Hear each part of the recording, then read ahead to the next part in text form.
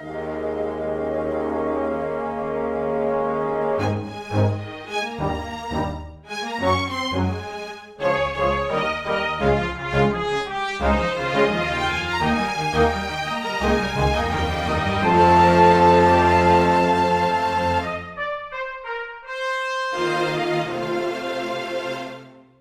everyone, and welcome to Weekly Manga Recap here on July the 10th of 2019. I am Nick, and this is Chris, and we have manga to talk about today. Do we not? Yes, so I've heard. I have several tabs open. I have not inspected them, but I'm going to guess, because they all have a Weekly Shonen Jump logo on it, that they have manga involved.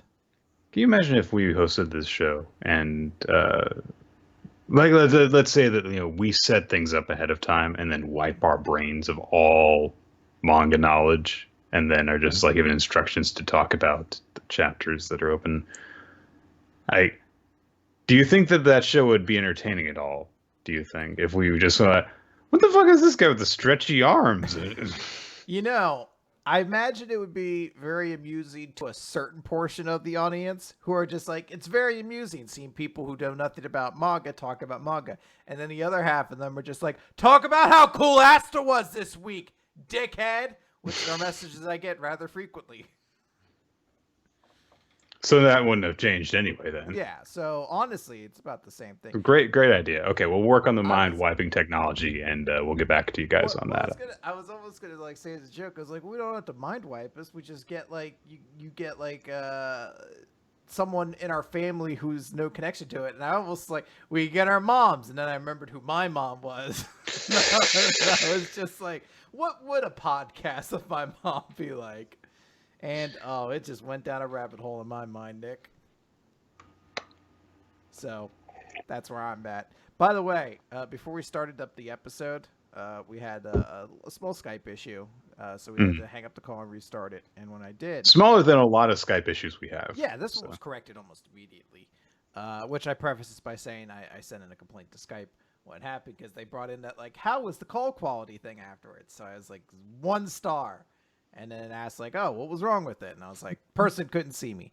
And it just reminded me how when all of my friends were playing Fallout 76 when it launched, the game would constantly crash because it was a Bethesda game that was massively multiplayer online. So it constantly was crashing. And every time it crashed on the PS4, you'd be sent to a screen and it'd be what happened? Send us a message. And me and my friends every single time would just type in for what happened, it just works, and sent it in. And I have to assume they got 700 messages of a crash report from Fallout 76. The only message says it just works over and over again.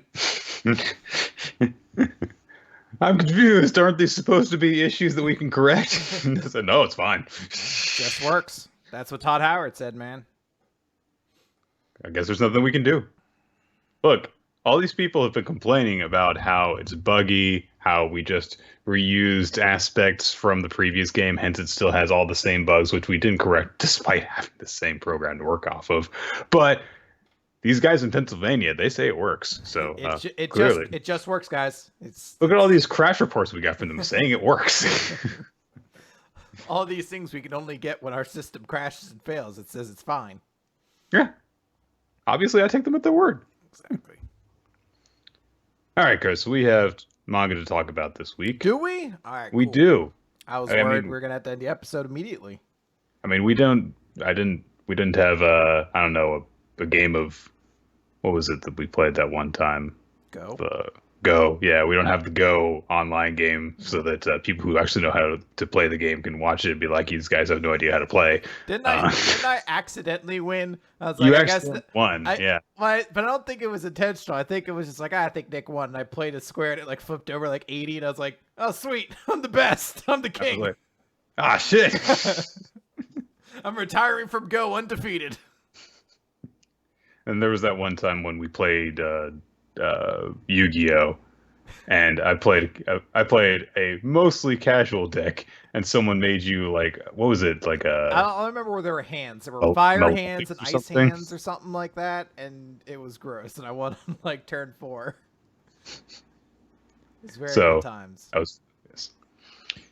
Anyway, let's talk about My Hero Academia, Chris. Okay, let's You do didn't it. have it last week, Mm-mm. so presumably this entire time, Shigaraki has just been looking at his now two-fingered hand going, "Ah!"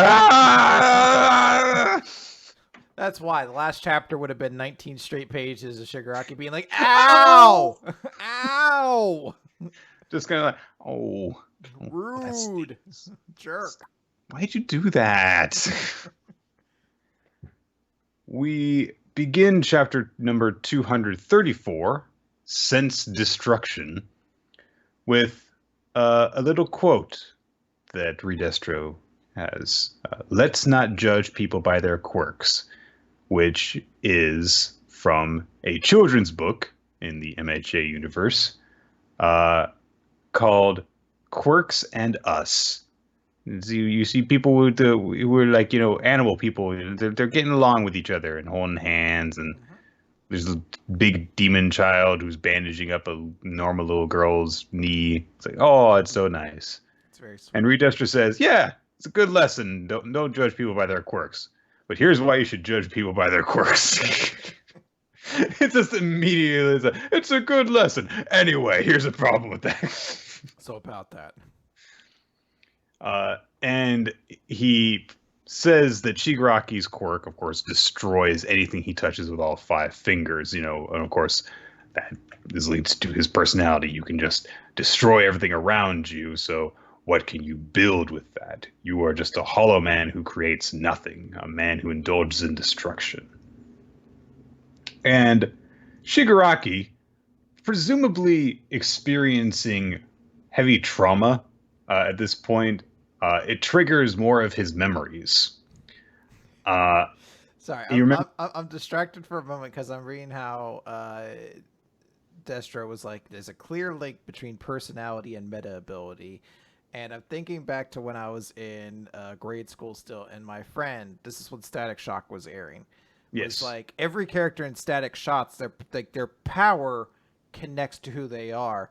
So like Hot Streak or whatever, he was like, well, he's a hothead. He's very fiery. He's got a thing. Sure. And he's like Slipstream. He's kind of bobash. He's a big bag of wind, you could say. And Ebon, he's dark. He likes to hide for people. He is the shadows. And I remember asking, I was like, what about the guy whose powers turn his hand into like different knives? He's like, I don't know. It was like he had an elaborate thing, like the Heartbeat Girl. He's like, well, she sees herself as an outcast, so she's become this monster, so in a way, but she's still something that's beautiful. She just doesn't see it. And I was like, what about the guy who turns his hand into knives? I don't know. I think, it eventually reaches the point is that, there's like a different villain on every single show, so. It was like, Virgil's got an electric personality, and he's very sharp, and it's. Like, I don't know, guys like having knives for hands. The knives on his hand represent how he has knives in his hands. I remember very few episodes of that show. Like, I don't remember any like standard episodes. I remember like the Justice League crossover episodes. The first couple where he debuts. And I remember like the very special episode with the kid who brings a gun to school. There were a lot of like special episodes. Look, Static Shock is one of the best cartoon TV shows of the 2000s. It was great. Yeah. As much as I talk about Jackie Chan's adventures, it's because I had talismans, like physical objects for me to obsess over like a fucking child. But Static Shock was legitimately a very well-written show. And I am immensely and forever will be annoyed that he only appeared in Justice League once to die in an episode. And granted, he didn't truly die. He was erased from history as they fixed the timeline. But it still annoyed me because he was super cool in that episode. Like, he looked cool, but they didn't give him anything cool to do. He just kind of died. Yeah, they killed Terry in that episode too, but he got to show up in the one finale and get closure and stuff. So there you go. Anyway, so these flashbacks that Shigaraki has, we see the bit where All For One talks to him while giving him the hands that belong to his family members. And you imagine this just like, it's not like this kid decided like, I'm going to keep all their hands. All For One was like, here's all their hands. You should wear them. Like, what a weirdo. And he says, these are your mother's hands, your grandmother's, your grandfather's, your father's. He says the human heart is an incredible thing. Left alone, it will heal itself. It will heal itself of rage, grief, and all those negative emotions. But I always want you to keep them close to you so that those feelings never fade. This guy's a good guy. Yeah, he's just helping this kid out. He's like, hold on to this rage so that you can kill everyone. There's a good kid. Yeah. We see some of the memories that Shigaraki has of his older sister, Hana, who, and then later on we also see some memories of like his mother, of his grandparents, and I think that the idea that we're supposed to be getting is that Shigaraki was always a bit troubled in some way or another, because we don't see anything that he has really done that leads to the lines that these people are saying. But like his mother is worried because his eyes have been rubbed ragged. His sister is saying like, "Hey, you shouldn't have said that. You should just do like I do. I'm telling Daddy that I want to be a bride someday. Act normal, basically." And his grandparents would tell him like, "Hey, chin up. You're gonna make you're gonna make us sad. Here, have some of your favorite food." They're always trying to comfort him and help him out. But Shigaraki ends up saying to himself, what I needed them to tell me was, and he doesn't finish that sentiment. There is setup for something that we don't get revealed in this chapter. So I kind of need to find out what the fuck that is before I form an opinion on what's going on in these flashbacks and stuff. But there's definitely like an incomplete picture of something that hints towards, hey, we don't really know the full story with this kid just from what All For One has told us. In case you didn't suspect that. Wait a minute. Hold on. Do you think All For One's maybe not been telling us the whole truth about his plans? And that there might be something more to what he's intending? I don't know. I mean, like, you'd think that he would just, be upfront about that kind of thing. What a jerk. These are my insidious machinations. Come on. Just be honest. That's the most frustrating thing, Chris. It's not that he's doing a bad thing. It's that when, you find him doing the bad thing, he's just not honest with you about it. And you gotta go through all, in a roundabout circle trying to drag it out of him. And I'll be way less mad with you if you're just honest with me, and then we can actually address what you're doing. Mm-hmm. Come on. Yeah, someone needs to have to take All For One to couples therapy. I'm not sure who we'll go with. I guess it has to be All Might. Anyway, Redestro continues to crush Shigaraki's hand, and while saying, because you can never build anything, you only destroy everything, you will never measure up to me. In response, Shigaraki clutches his remaining fingers around the giant finger that is crushing his hand, and the hand starts to crumble and disintegrate, and Redestro throws him away before he can cause any further damage. And so he's like, wait a minute, I thought that he needed to grasp all 5 fingers to activate his ability. Is this bad information? Meanwhile, Shigaraki's going, it hurts. And he continues to experience his flashbacks while Redestro analyzes that his ability is continuing to evolve. He's awakening. And he realizes, oh, this guy is getting stronger, and also I've underestimated him. The way that he moves seems to indicate that he's been having life or death training for the last few months. Pretty spot on with that analysis. So he's like, okay, time to stop playing around, and he goes 80% power. I don't know how much he's been using up to this point, but he swells up. His stress blackness covers his entire body. His shirt rips open, and he starts dealing some much heavier blows. Knocks Shigaraki aside. Not just knocks him aside. How is he not dead? Like, multiple buildings. It seems like he just goes flying miles. He straight up Dragon Ball Z punches him, where you go across the fucking horizon, you crash through 8 buildings, but it's okay because these guys have the ability to destroy planets with their fingers. So you're always like, oh, that logic makes sense. It hurts him, but it's not defeating. Shigaraki's just a dude. He got launched through like half a fucking city block straight through hypotenuse style, and that dude just got up. He's like, oh shit, now I'm really angry about my grandparents. I guess it's a little bit difficult to tell exactly how far he flies away from Redestro, because you can see Redestro in the background when Shigaraki is getting up. But because Redestro is so big, it's kind of hard to tell what the scale is in terms of how far he actually flew. So possibly all those buildings we saw getting busted, he wasn't necessarily flying through all of them. Maybe it was just like the shockwave from the attack. It's a little hard to tell. I don't mean this like a legitimate. He went flying. Yeah, I don't mean and this. Should have died. I don't mean this like complaint like, oh, this series has lost me now. So unrealistic that Shigaraki would die. Making a joke is just like, oh, I think this dude should be dead at this point. Unless his superpowers to not die when crashing through buildings as well. With the fight briefly interrupted by this, Redestro is able to answer a call that he gets from Skeptic, who warns Redestro, he's headed right for you.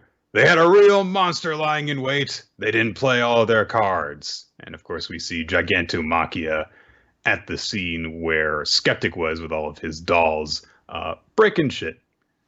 And so the cavalry has arrived for our villain heroes. I know he doesn't open, it seems like he just like touches his ear to answer the call, but I'm very bemused by the idea of this giant hulking like black energy coated monster like picking up this tiny cell phone and being like, hello, what's happening?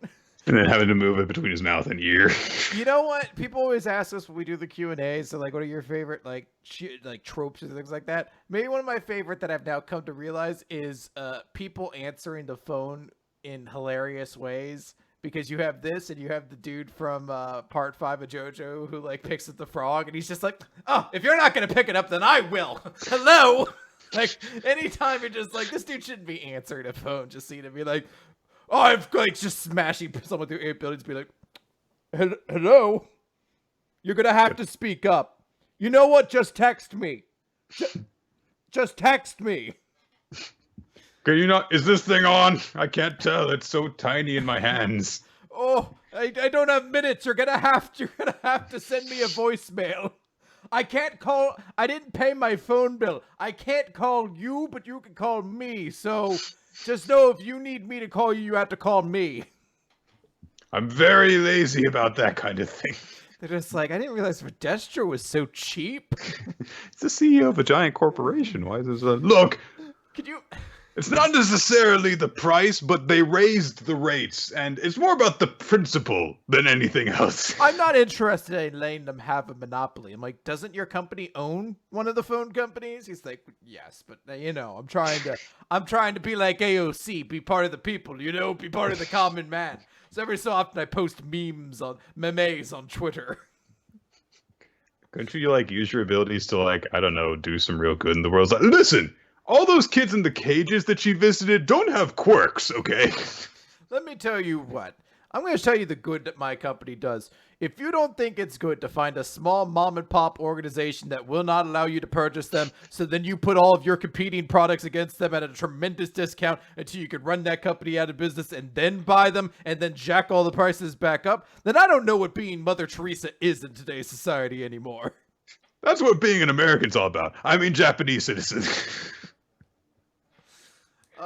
Reality is terrifying. That is a super cool chapter, though. I like Redestro's like new design here when he gets 80% liberation. It's very cool.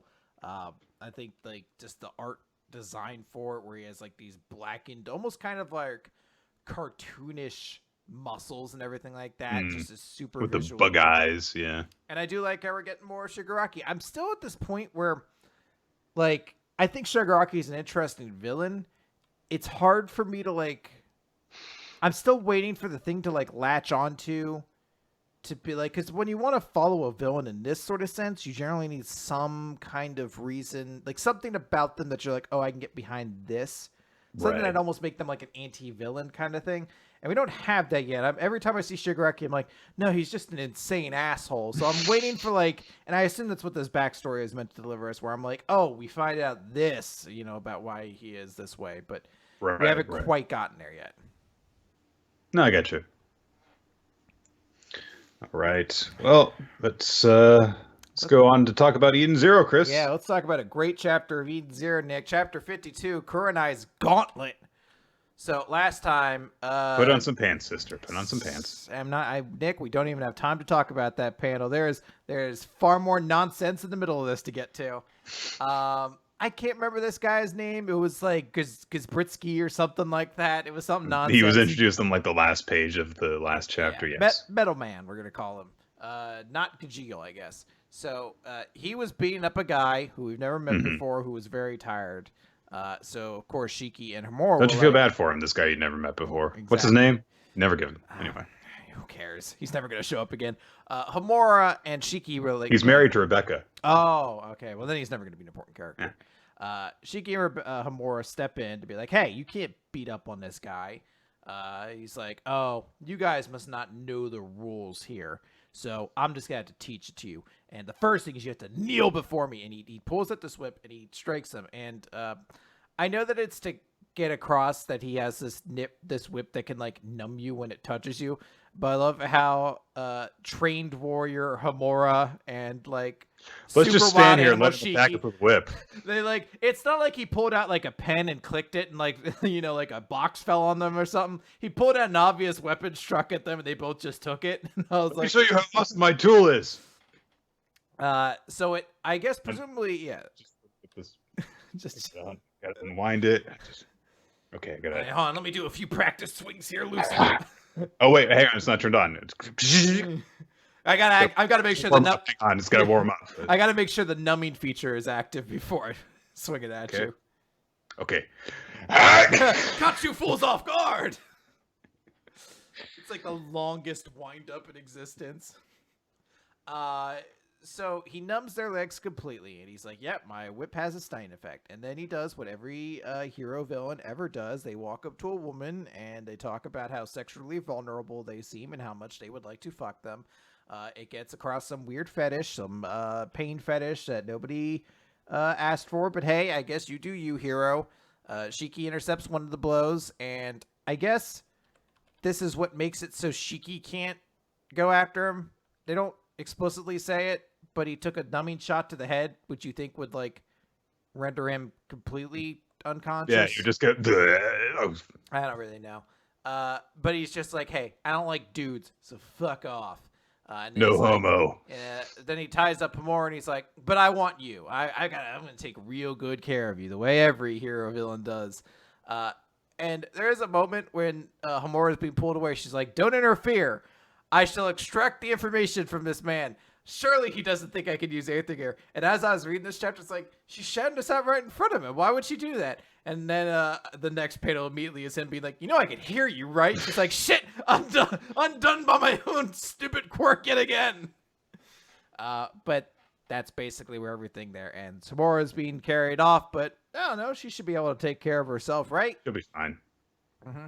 So we cut over to a 999.9 karat gold building, I guess. I don't know. It's got gold on it and that number, so who knows. And some strange alien dude is introducing to Madame Kurenai one of the characters from Oran Host Club. He's very fancy, and he is a male model. He's extremely beautiful.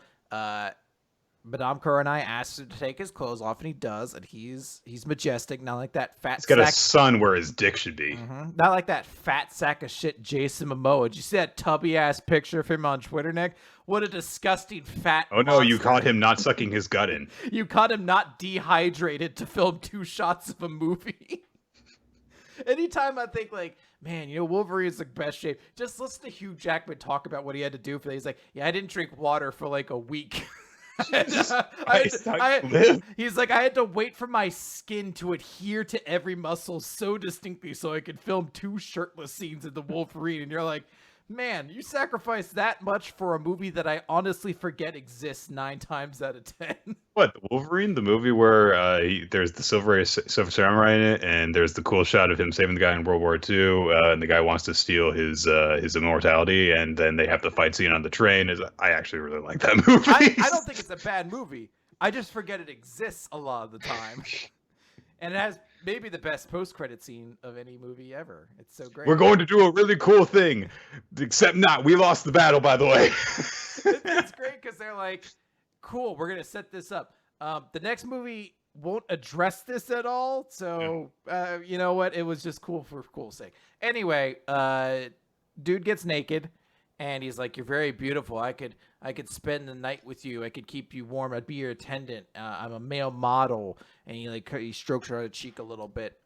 And the alien guy's like, "Yes." And he's also an excellent butler. So would you like it to be part of your concubines? And she's like, "No, I did not approve you to touch me. It's such a vulgar action. You must think I'm some kind of sensationalist. And I'm just going to reject you." And she reaches out with her hand, and he starts screaming because her hand's over his face. He's like, "No, that's my life. If I lose my face, my career is over." And she's like, "Oh, damage to the face is all you fear? Then that is why I will burn your face." And she seemingly does, because we see him screaming, and his face starts to turn red, and then it's a bunch of shots. She's going to turn it kurenai, deep red. Mm-hmm.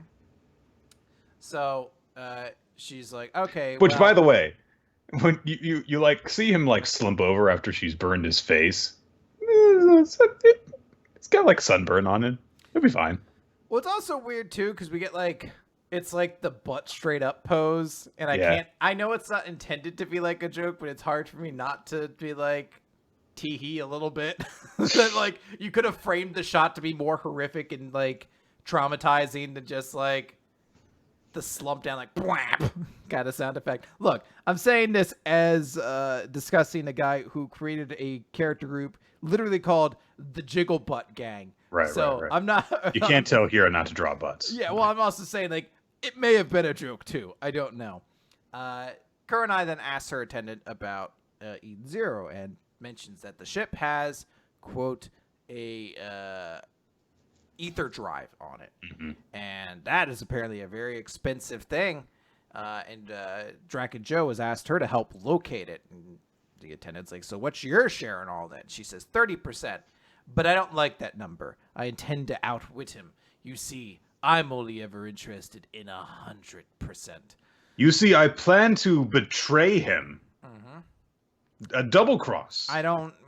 You know, I'm kind of interested in it, because at least there are two characters who seem interesting in this. But I'm still... I don't know. You know, let's finish the chapter first before we get into this. We get a small scene on the Eden Zero that ultimately... It seems like something that's just there to be like, here's why they can't contact each other. And then to the next scene where they're like, a character's like, I can't contact anybody. I can't contact anybody. It's nice that we are checking in with the crew on the ship, considering that they're separated. So it's just a strange, like, we jump around to a lot of different places here. And we finish up with Rebecca back at the casino, who's like, "Oh man, this sucks. I can't call anybody." When all of a sudden, who should show up, Nick? But Lobelia, the famous beekeeper. Mm-hmm. And Lobelia, the ultra famous beekeeper, Lobelia. Ultra famous. It's actually in quotes. That means that's actually her specific title. Yeah. Yeah. So if there were if she got like a Smash Brothers intro, you would have to put that entire thing in there. Yeah. Exactly. So like, you know how sometimes when you hear about Jake Paul, they say Jake Paul, ultra famous YouTuber Jake Paul. Yeah. Has I don't know, kicked a rabbit down a stairwell or something like that.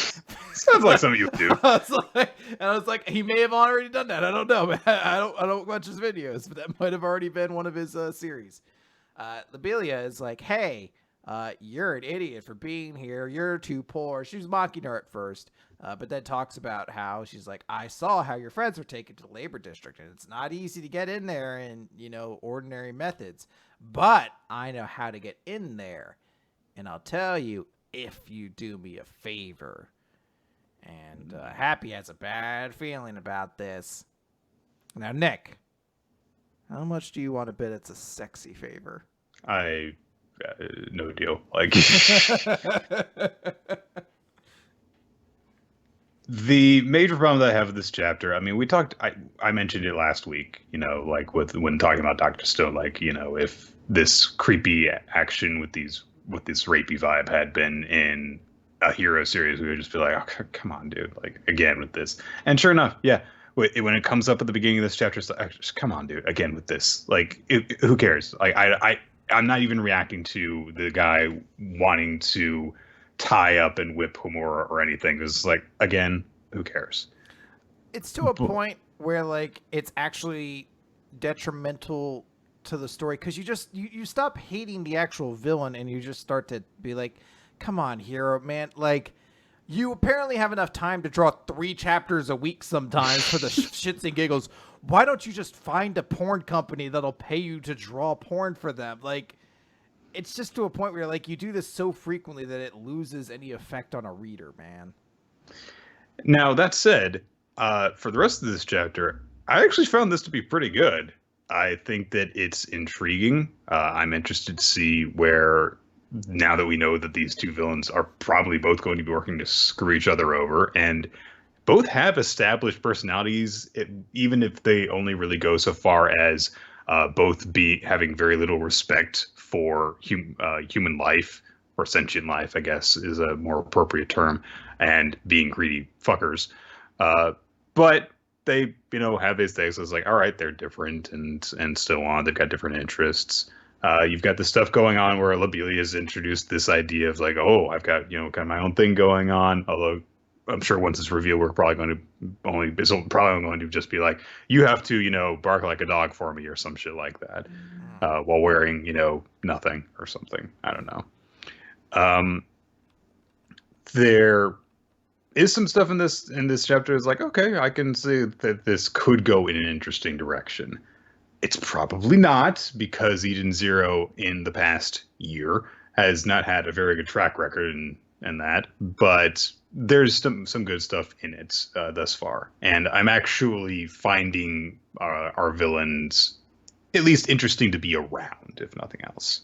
So I think there are elements in place that could make for a very compelling arc. I just don't know if they're all going to function the way they need to. Right. Okay. Let's move on from there to, well, let's talk a little bit about Beast Children. Chris, Sakura did a tackle. He did the Senna scores a touchdown chapter in this chapter. Yeah. I kind of like the chapter. Yeah. There's a small moment when the manager says to Sora, I believe is his friend's name. She's like, "Oh yeah, that's what rugby is all about, is tackling. You would get it too if you played." And he's like, "If I played too." And I can't help but think that that's eventually the plan, is to, like, if this ran for years, to be like, yeah, Sora eventually plays on the team and he's good at something, potentially. It's just, I don't know, like there's a whole moment when one of his teammates is like, "Hey, get this guy out of here. He's not good enough to be on the team." And I'm like, what's that character's name? Yeah. What's his personality? Yeah. What's he like besides being a negative force to like have a back and forth with the captain on this, So the point that that we get to finally after a few chapters after, hey, Sakura is really fast in 5 yards, is because he can take advantage of a moment in between when someone is moving and when they try and brace themselves before a tackle. He can move in before they can do that, and so he can actually effectively tackle them. So the visual of it's great. He breaks through. You see it like as a callback to before, when he tunnel vision in before and everything would go to black, and as he makes the tackle, you see him literally shattering the darkness around him and hitting the ground. Like, it's a great visual. It's exactly that thing I talk about at the start of a sports series, where like you need that visual moment that makes the sport seem really exciting. It captures that. I'm just, fuck, man, they need a supporting cast around this kid right now. So in those cases, I think, where like some stuff is being established and these moments are happening a bit too late. Mm-hmm. So, yeah, like, I mean, if you knew for certain that the series was going to be given time to establish stuff, then it's like, oh yeah, you can be like Samurai 8. You can, do what the fuck ever, and then eventually get to all these stuff that's going to be good, which hopefully it will. But because it's not that case, it's like, all right, I see some of the stuff that you're setting up, but you really need to step on the gas so that you can actually catch on with impatient readers and then do stuff. So. Speaking of Samurai 8, it's chapter 9, which has a title, Together with ellipses. It's very important that we have the ellipses there. Well, because it's about being together, Nick. But they aren't super happy to be with each other right now. But maybe that'll change by the end of the chapter. You know, we might be into a whole real roller coaster of emotions, a real 3-act structure in a single chapter, Nick. Or it'll be a montage, but or they'll just be like, they got ice cream and stuff. Now they're okay with each other.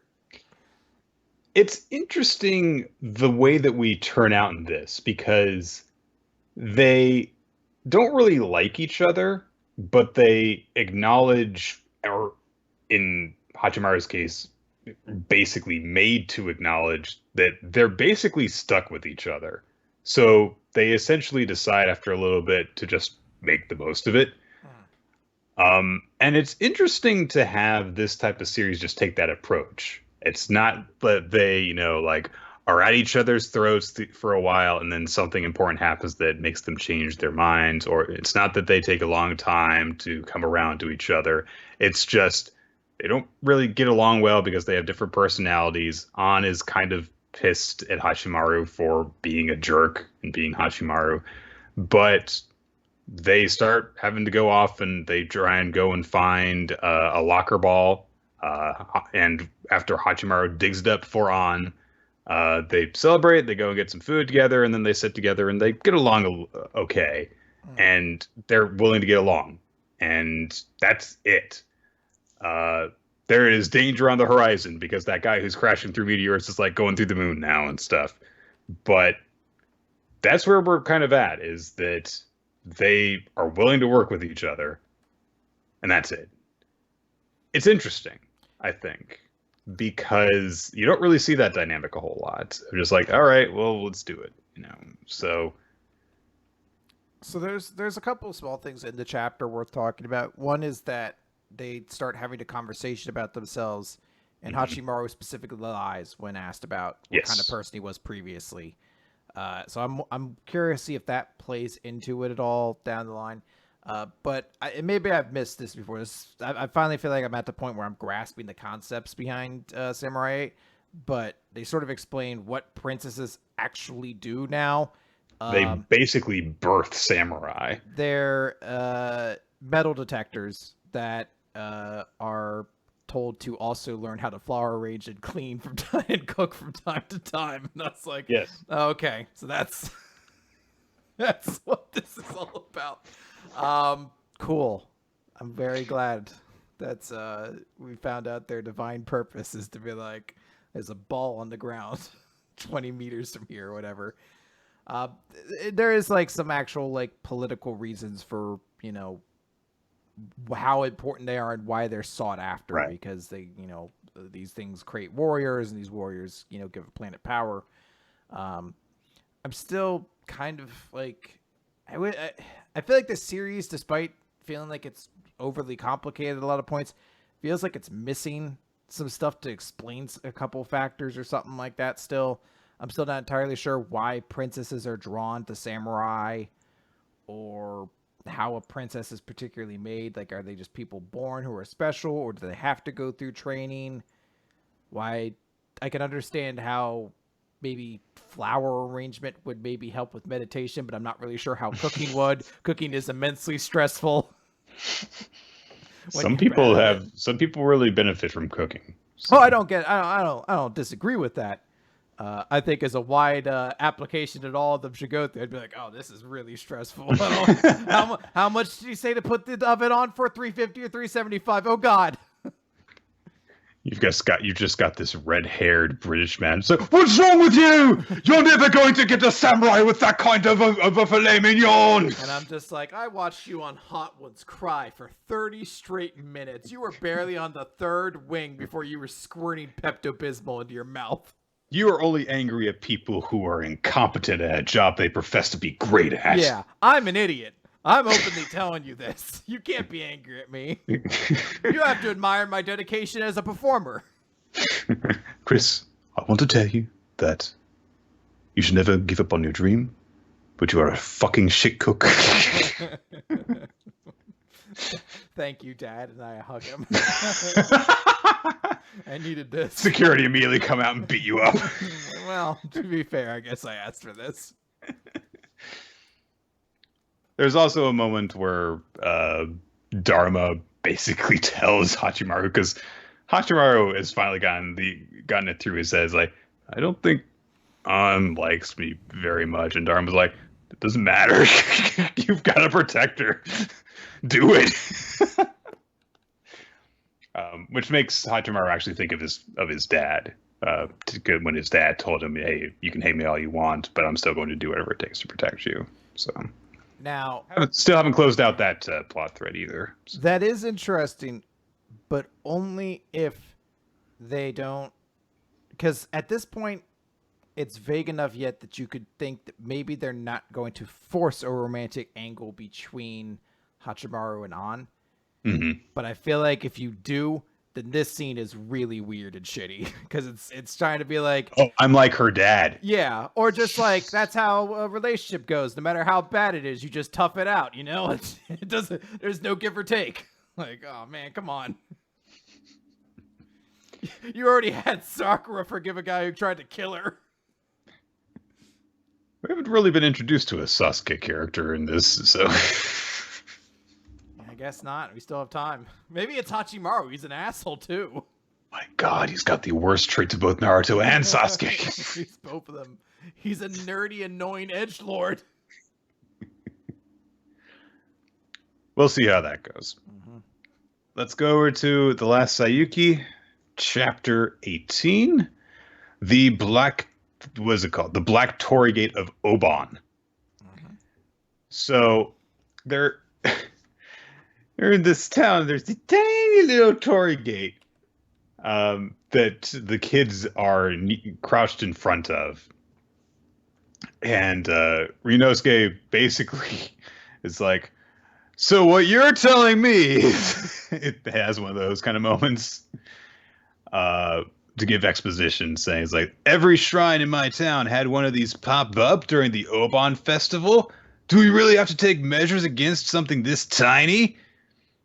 And anyway, Estelle has to explain to him that this tiny little Torii Gate will actually grow larger by the day of the Oban festival. And so they have to do something to stop it, because if one walks under it, they will be spirited away.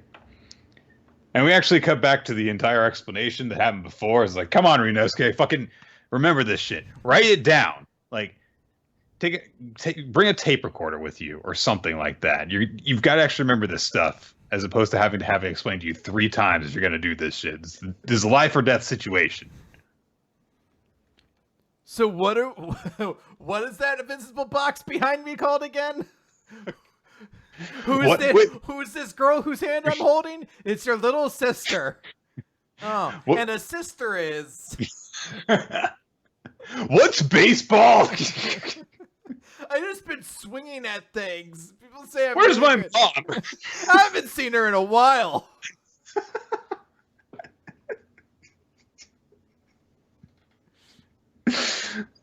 It just skyrockets the most unlikable Shonen Jump protagonist in one chapter. Oh anyway. My God, that white yin yang symbol ate that kid's head. No. Oh, he's fine. You watched this happen before. You feel like this would leave an impact on you. So basically what happens is, during the Oban, because it's a time of reflection on people's ancestors, as it gets closer, people are more and more conscious of the afterlife. But this doesn't affect the Mo in the same way, because humans don't think of the afterlife as being impossible. So these thoughts do, gather, but they just trickle out without causing any harm to the box or to the individual. But when a whole bunch of people are thinking about this and are gathered in one place, it can materialize into a very special type of monster, the Black Torii Gate of Oban. It is this completely unmoving gate, but it creates this vision for people of the afterlife. But because of a whole bunch of people's visions of the afterlife and no one's vision is exactly the same as any others, and because no human can actually completely accurately visualize it, it creates a fake universe, an artificial dimension that swallows people up. It's a neat idea, I think. We're kind of pretty quickly go into plot stuff, but I kind of wish that we had just gotten a little bit of time to just have like, hey, let's just have this little arc about this really weird monster concept that you could do some stuff with. It sounds like we don't have much time because the word on the street is that the series is going to be ending in about a month, a little less than a month, it sounds like. So, like, the next run of new series will happen probably around that time. But Estelle explains a bit more in the present, saying it's like, hey, just stop staring into that gate, because it's fake, but it's a gate to the afterlife. So you might see a vision of someone dear to you by the gate. So like when I previously did this, I looked through the gate and I saw my mother calling me from the other side. And Ryunosuke says, well, it'd be my mom for me too. And Estelle, of course, to this point has not heard that, Ryunosuke lost his mother. But he says, even if I did see her, though, I feel like I'd be okay because I've, accepted that she's gone and I can never see her again. And he has this kind of sad smile on his face. Estelle seals the gate by taking out a bigger gate and putting it on top of it. Yeah, I do like how he's immediately like, yeah, it's fine. I'll never get to see my mom again. Estelle's like, Slam, I'm making sure you don't fucking try to walk through this thing. Like, she's gonna be like, I don't trust that you're actually over this. It's nice seeing that Estelle, after having her character development arc, is immediately like, I'm smarter and wiser now, and I know that you're bullshitting me. Yeah. She says, like, when I was your age, I wasn't able to talk about my mother and smile like that. When I remember her, my heart would hurt. I would get teary-eyed, and yet you're younger than me, and so look, you don't need to act all cool and just put on this brave smile for me or anything. And Ryunosuke's like, I'm not trying to act cool. I am this cool. Which is a really funny line. So they get up and start to move away, but Koharu continues to crouch there and quote unquote stare at the gate for a bit. They presumably continue working through the day because we kind of head to them, relaxing in the heat later. And Ryunosuke brings up how it sucks that they won't be able to actually go to the Oban Festival because of, Koharu and stuff. And Koharu mentions, because she's clearly lost in thought, that, with all the talk of their mothers, she was wondering what her mother would have been like, because she doesn't remember anything about her. And they hold hands for a bit, and Koharu says, it's not that I want to know about her. It's not that I want her to do something for me. But if I can meet her and get to know her, then I would be able to understand how the two of you feel about losing them. And she just says, I want to meet her. And the Black Torii Gate in front of them suddenly grows really big. Whoops. So, it grows really large in front of them. And of course, all of them get up and react. And Estelle's like, I don't know what's going on here. And they see this shadowy figure emerging through the gate. And Ryunosuke looks at it, and it starts calling out to Koharu. So they're like, wait, is that Koharu's mom? But Ryunosuke recognizes the voice as belonging to his mother. And he immediately gets this very distressed look on his face. Like, kid, you gotta calm down. You can't be getting wrinkles when you're like 10. I did not know that wrinkles could actually appear in that pattern. Come to think of it. Anyway, he starts rushing towards the Black Torii Gate. Fortunately, the master arrives and grows his Nyoibo into a big seal Torii Gate in order to stop him. And he apparently, because he had to do it so suddenly, doing that, it gave him a little bit of a nosebleed. So, but he stopped it. Yay! Huzzah! No follow up on that. We immediately cut over to where Ryunosuke's father is. He's meeting with a strange figure who is sitting in some sort of ceremonial room. The shit ton of candles behind him, and they start talking ominously. And the father says, if the Black Torii Gate appeared because of Kei's desire, then Ryunosuke must have figured out that my wife Momo and Kei are connected somehow. Since the combined Kurori was defeated, the 89th candle was extinguished. What do you think, Master Dotsu? Perhaps the time you met Ryunosuke. And Master Dotsu says, Gohaku, you really have changed, telling me what to do. Is your son that important to you? And we get a good look at Master Dotsu. He looks weird. He's an apple face. He's got an apple for a face. And googly eyes on his crown? Yeah, he's fun. That's how you know he's kind of fun. He's kind of like the boss who has like a parody mug or something like that, like World's Worst Boss or something like that. And you're like, that's how you know he's a fun boss. Like, right. Don't insult him. Don't joke at his expense ever. But he's fun, like, And the word bubbles seem to be specifically coming from the crown. Oh, well, obviously, Nick. Yeah. Apples don't talk. Yes, and the body seems like it's a doll or a mannequin of some sort. So possibly this is some sort of not human creature that has just kind of been done up to. It's like, yeah, let's give you a little bit of a human appearance here. Just put this there, just put this on, and put on some googly eyes. There you go. The hot glue on some googly. Honestly, you know what? Anytime this is a lesson for everybody out there who's into creating, especially creating characters. Every character design ever can be improved by adding googly eyes to it at the end. So you think like, Doomsday, you're trying to create a new big bad guy for Superman after all these years. Well, you designed this big tough looking crag guy, but if you put some googly eyes on him, you add a new dimension to that character. And it's the same thing. You go through everything, Mysterio, imagine with the big bowl and everything like that, and all the mist inside. You can definitely trust me, Peter. Two googly eyes going around, spinning everywhere. Kermit the Frog, he needs 2 sets of googly eyes. Put those on them too. Every character can be improved with googly eyes. Just fact. Anyway, with that public service announcement put aside, what do you think of this chapter, Chris?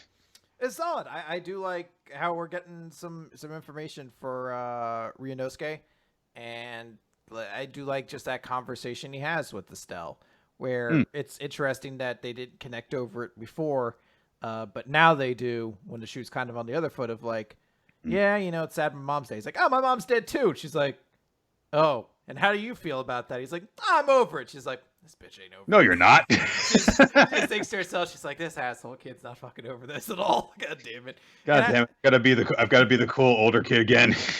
And I like all the little small effects that they put in there. I like how she takes the responsibility for it because she's like, I'm you superior here. You're part of the team. I know how to do this here. And, as you mentioned, the Black Torii Gate is like a cool gimmick, sort of like, I don't want to call it monster of the week, but a small like arc based around it has a lot of interesting implications. So I do like it. I'm not really sure what I'm supposed to get from the end here. But I do like that everything seems to be moving in a better direction. I do feel a small sense of disappointment that Ryunosuke's mother dying is like, oh, it's linked. It's all tied together. They don't always. She could be just a dead mom that really had an effect on him, guys. I mean, doesn't all have to be like she was killed by a hollow, but was really a Quincy, God damn! Can you imagine overwriting a moment as much as you have to, then like 15 years after the effect, being like, what if his mom was a Quincy as well? Like, what the fuck?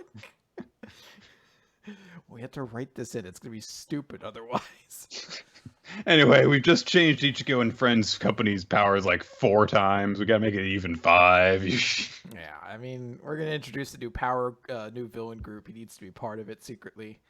All right, Nick. Let's talk about We Never Learn. Before we start talking about the chapter, I want to talk about some news that's been circulating along the street about We Never Learn. So We Never Learn. Apparently, we didn't get to see the results of it. Not like the Black Clover one later in this sequence, but there was a second We Never Learn character popularity poll. Yes, I did hear that happened. And the word on the street is that the winner, with more votes than everyone else combined, was Kirisu. Of course. And someone was like, "What do you think about that?" To that, I will say, I'm not shocked. I'm not shocked, but here's how I view it. I am used to the idea that oftentimes, I'm trying not to be insulting with the way I say this, but lowest common denominator sometimes pulls in a lot of people. And I'm not saying people out there don't think Kirisu is the most engaging or interesting character. I'm sure there are a lot of people who do feel that way. But I think a lot of people are also just like, she's the hot one who does a lot of the hottest things. That's fair. If those people are enjoying the series for that reason, they are still being exposed to what I believe is the strongest writing in Jump right now. And I'm very happy for that. Now, Nick, let's discuss this week's chapter.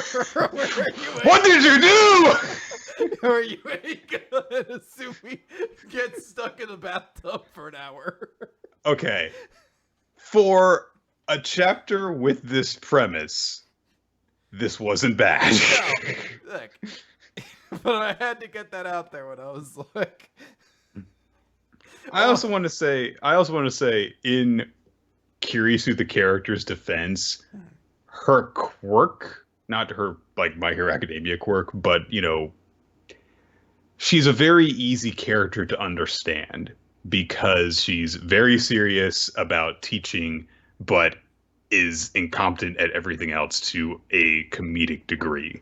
And she seems to have very little awareness of a lot of social situations, which leads to, comedy because she is so straightforward and blunt and proper in her own context. So I think that it's understandable that people are into that. So. No, absolutely. I'm not trying to shame anybody for liking Kirisu. I mostly wanted to do it for the setup jump punchline of like, hey, this is the best written series of Shonen Jump. All right, so we open up question 118, sometimes a predecessor drifts among mineral deposits and a pizza pet, by showing Yuega and Asumi are for some reason in the hot springs together. Yeah. We find out why basically afterwards, where we flash backwards a couple hours earlier, where the two of them are studying intensely on a train. They took a practice test.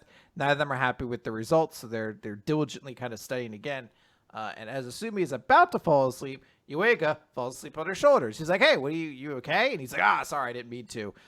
So she's like, "Hey, don't worry about it. You go ahead and sleep. I'll wake you up when we get to Ichinose." And he's like, "No, I'm fine. In fact, you should be able to sleep, senpai, so I'll stay awake for you."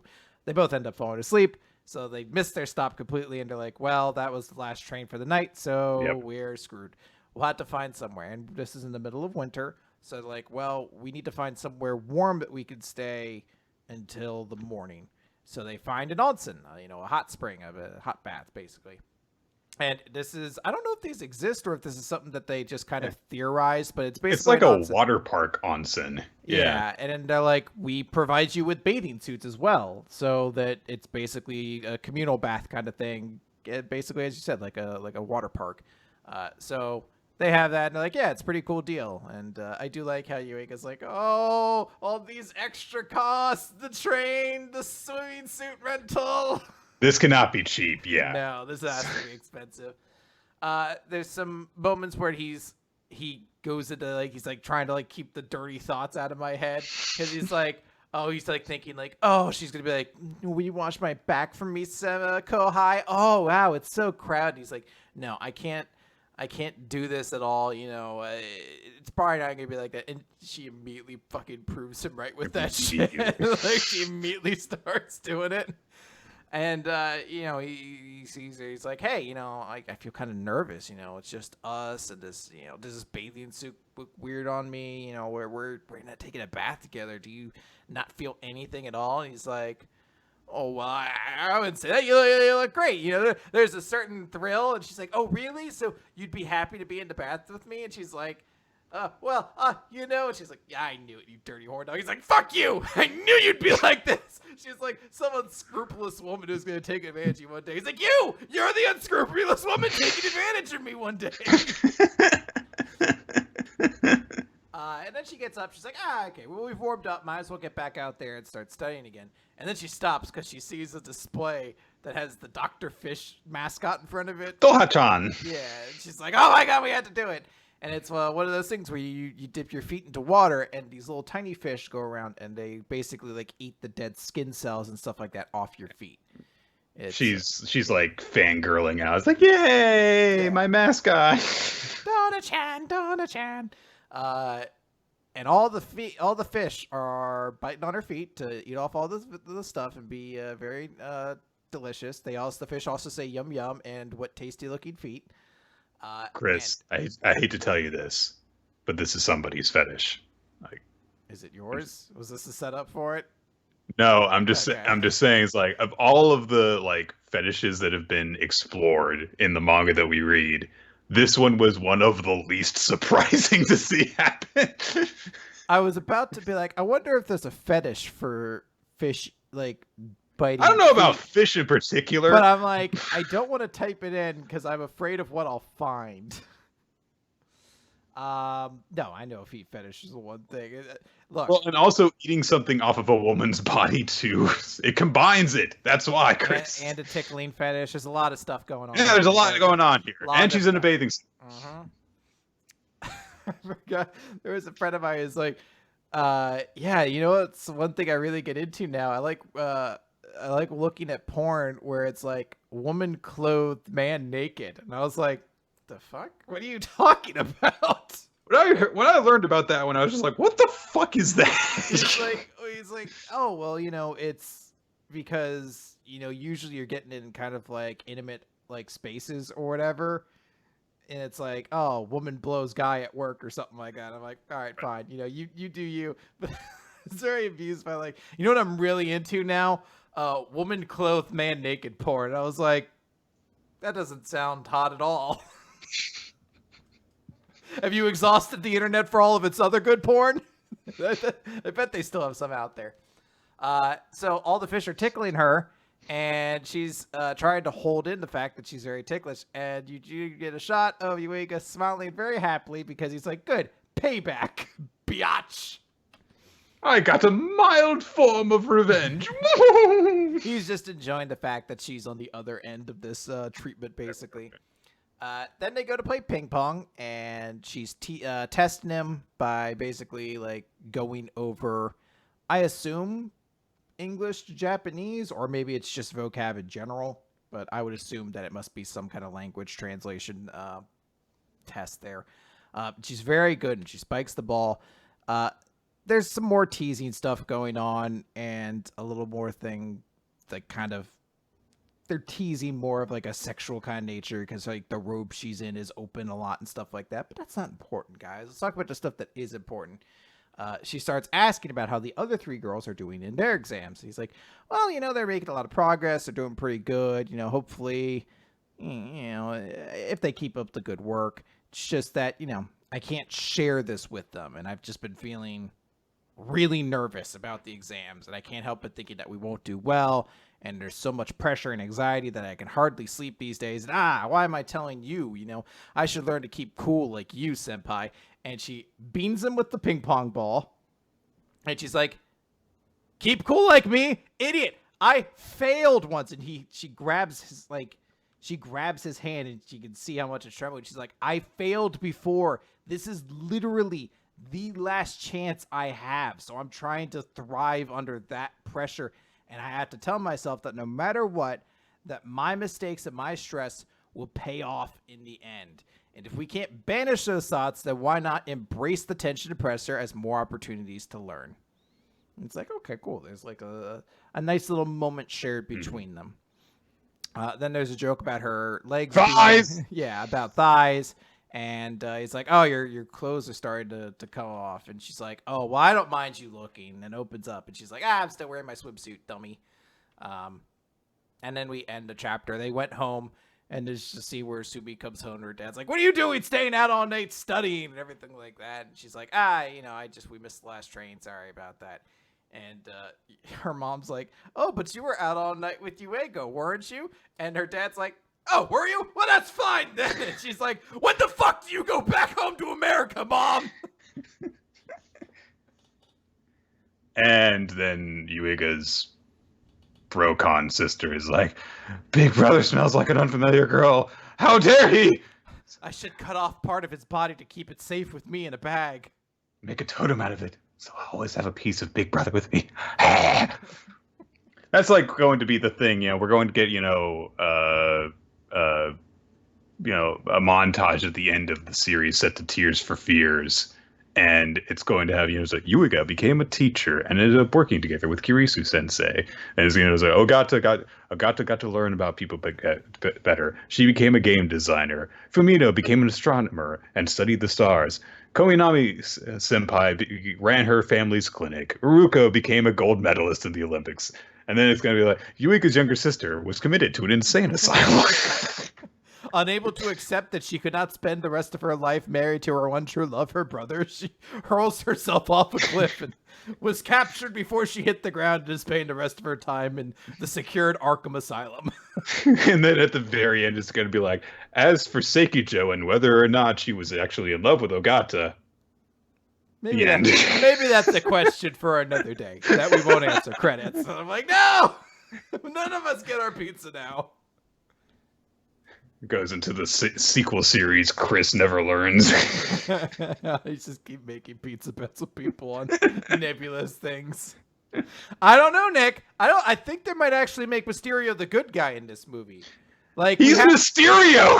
We have the elements in this movie. I know I've already seen it, so I know what happens. But I think the elementals are going to be the bad guy, and this is a chance to make Mysterio the good guy. Like he was in Avengers Academy, where he was a good guy. And granted, they made all the villains good guys in that one. But still, this could be the big good guy change for Mysterio. People were alluding to a spoiler.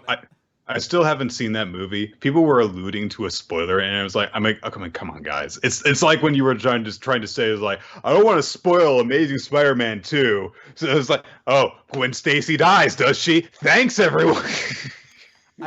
So it's not a spoiler to say, maybe it is, but a very small spoiler to say, yes, Mysterio is not as he seems. Its entire thing is that he's an actor with illusions. Oh. And I had to say, Spider-Man Far From Home is going to be one of those movies that I'm going to need to analyze like under a microscope, because I was ready to halfway through the movie being like, oh, this is the first bad Marvel movie. Like, this is really, really like there's a lot of very poor plot points. There's a lot of like weird MacGuffins they introduce that just don't make a lot of sense. And then the Mysterio twist happens, and the acting gets so much better, and the writing gets more interesting. I'm like, was it all a Mysterio twist? Am I in the Mysterio? Was he fucking with me? The illusion was that the movie sucked. Like, I had to sit there. I'm like, was that the point of this thing? I don't know. Still can't beat Mysterio from the Spider-Man 2 video game, though, where after you beat him the first time, he just shows up trying to rob a random convenience store, and you beat him in one punch.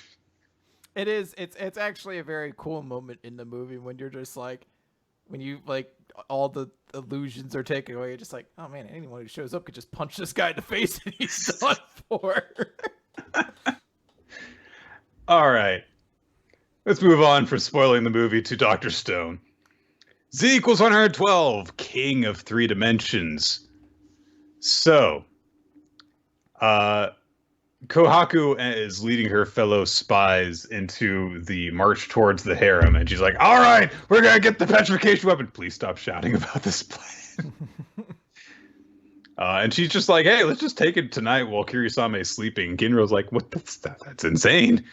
But Amaryllis is pretty on board with this because she's like, yeah, I want to grab this and get it the fuck out of here too.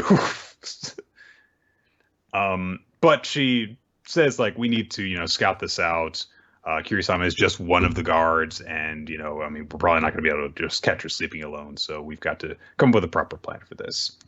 At that moment, Senku starts sending them a message, which Kohaku relays to the others, saying, all right, we're splitting up, so we're going to have us here in the science team, and you guys are going to be the spy team.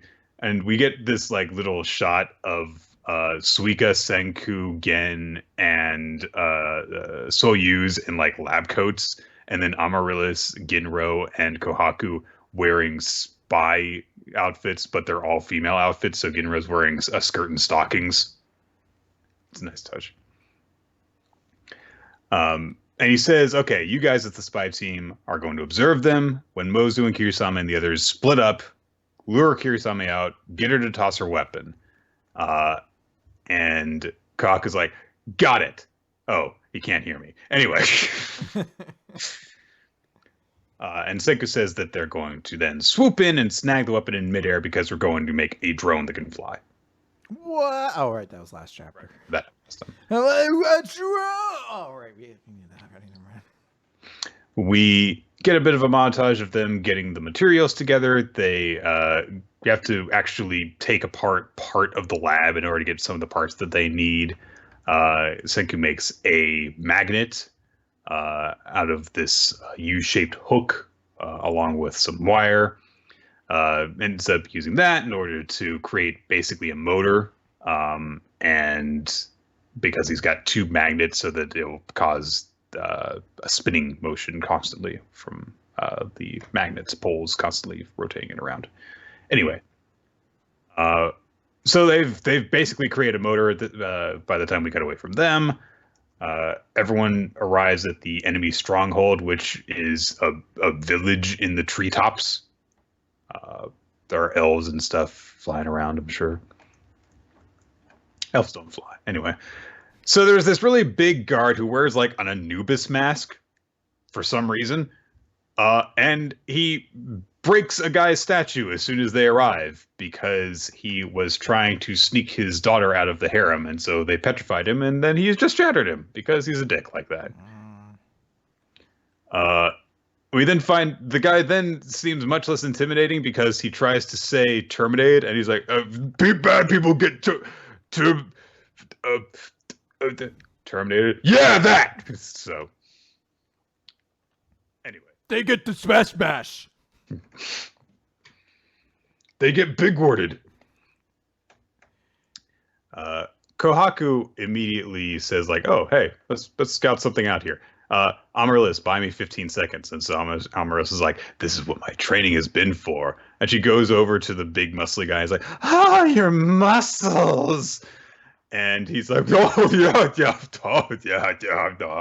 And all of the guards are like, oh, yeah, check out my muscles, too. So easy. Yeah, it's like I've been training all my life as, oops, I dropped a nickel. I go to pick it up. Everyone's like, I'm going to be staring at this for at least 15 seconds. She's like, I thought it'd be a lot harder than this. Amaryllis is just like, oh no, I dropped my hanky. Won't someone retrieve it for me? Oh! Kohaku darts around a bit, sees something, and right before Kirisame gets back, and of course, Amaryllis's wiles will never work on a woman. Kohaku, fortunately, has gotten back before she gets there. And so she says, I have found it. The key to securing our victory is a key of science.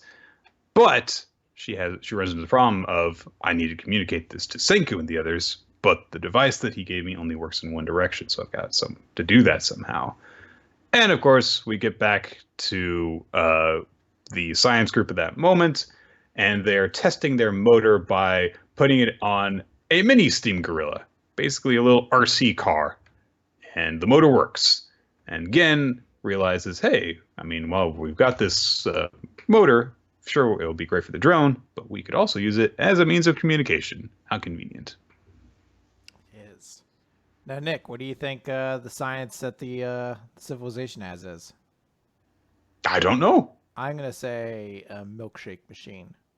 That's it. And she's like, I have to let them know We can't destroy this place because we need to keep the milkshake machine. We need to be able to bring all the boys to the yard. Mm-hmm. And the boys in this case is peanut butter cup ice cream into my mouth. My mouth is the yard. Okay. Yep. It's very, very specific. Mm-hmm. That's how ice cream and milkshake should be, Nick. If Just you're not peanut specific, then you could get something gross like a Rocky Road milkshake. Ugh, who would want that? Too many chunks. Which is also my complaint about spaghetti sauce a lot of the time. Too many chunks, Nick. Okay, so Oh, no. Nick, go with me on this bit. Too many chunks in spaghetti sauce nowadays. what are we doing? Who do I talk to about this, Nick? Chunks of what? Of junk, of stuff, you know. I want. You mean the meat? Sometimes the meat, sometimes the veggies, Nick. That's the thing. The chunks are non-discriminatory, which is how I believe chunks should be. But I don't want the chunks inside my sauce to begin with. So who do I talk to, Nick? Should I send this directly up to the president? Or perhaps, this was to Mr. Boyardee himself. He's the one who's making all this stuff, after all. He's the source of all of these problems. Now, I don't know if I need to go over his head or not, but this was an okay chapter. So I want to make a note that I don't know if we even really mentioned it last week.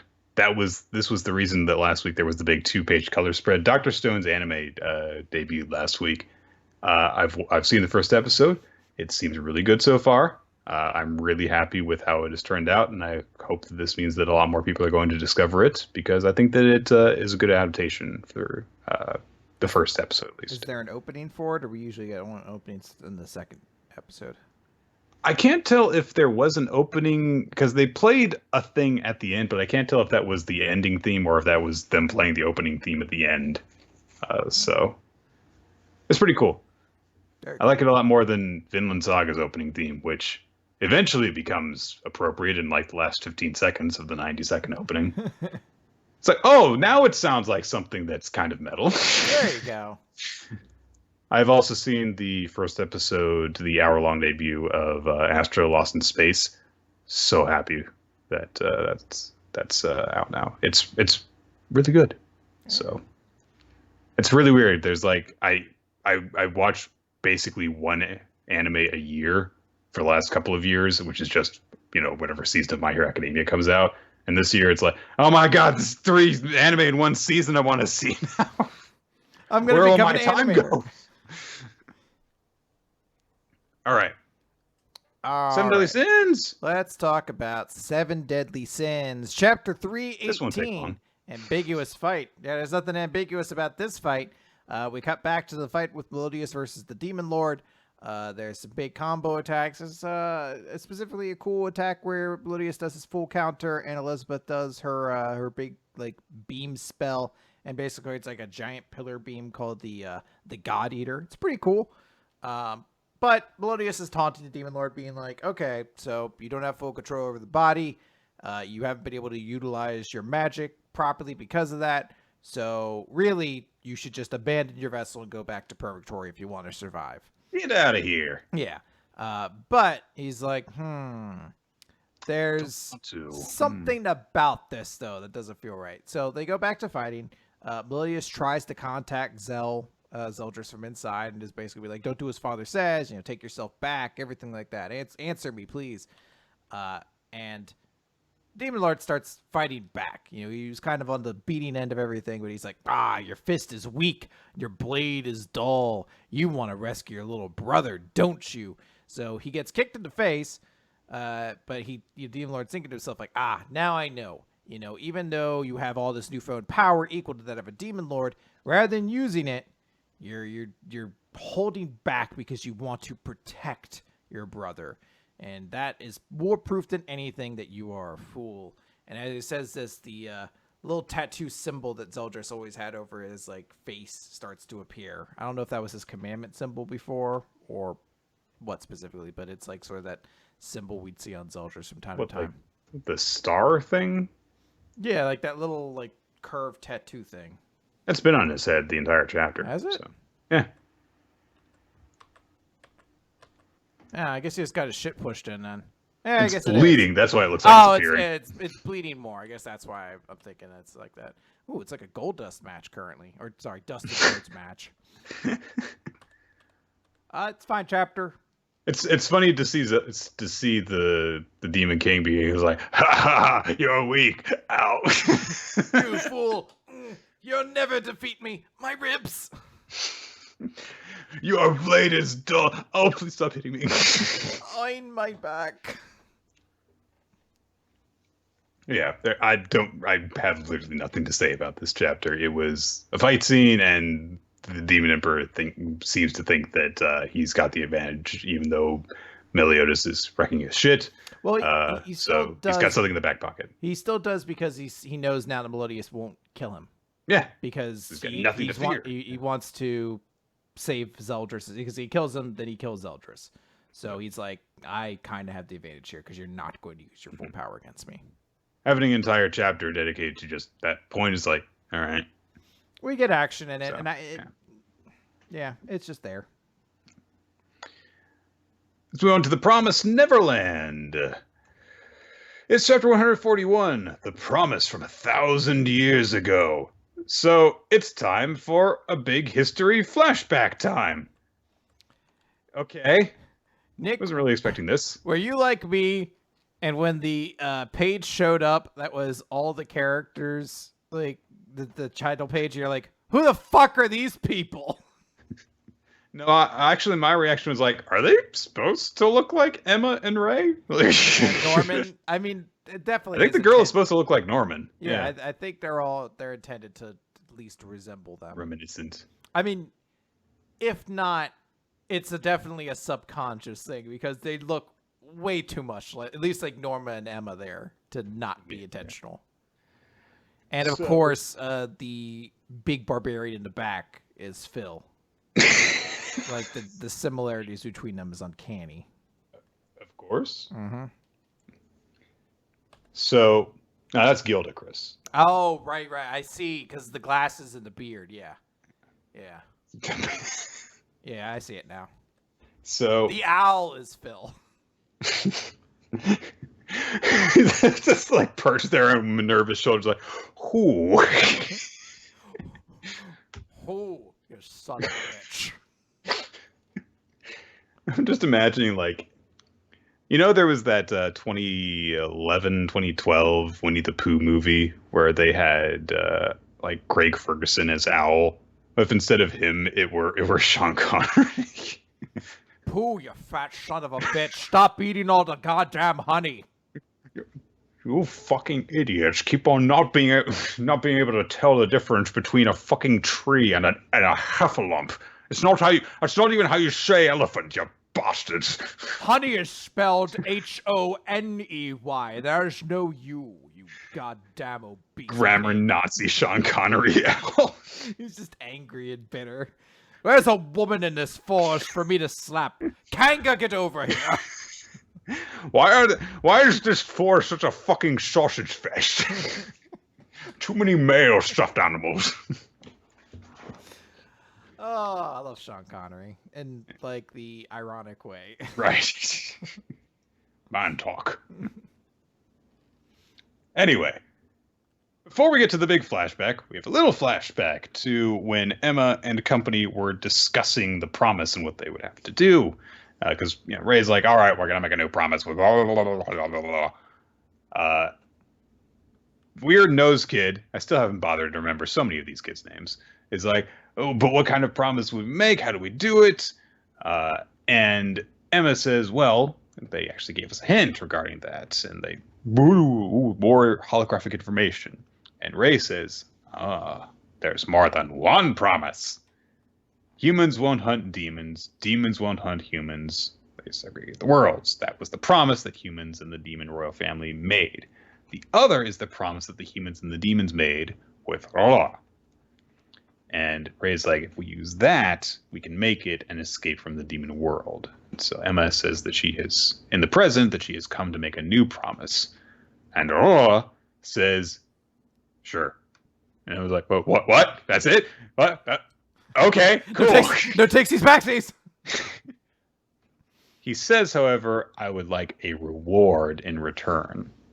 And we cut way back to the a meeting between Minerva and I guess the Demon King or Emperor or whatever, uh, who is imparting Minerva with information that they must give Arla a reward, compensation to have the wish granted. If you want your wish granted, no matter what he asks for, do not reject it.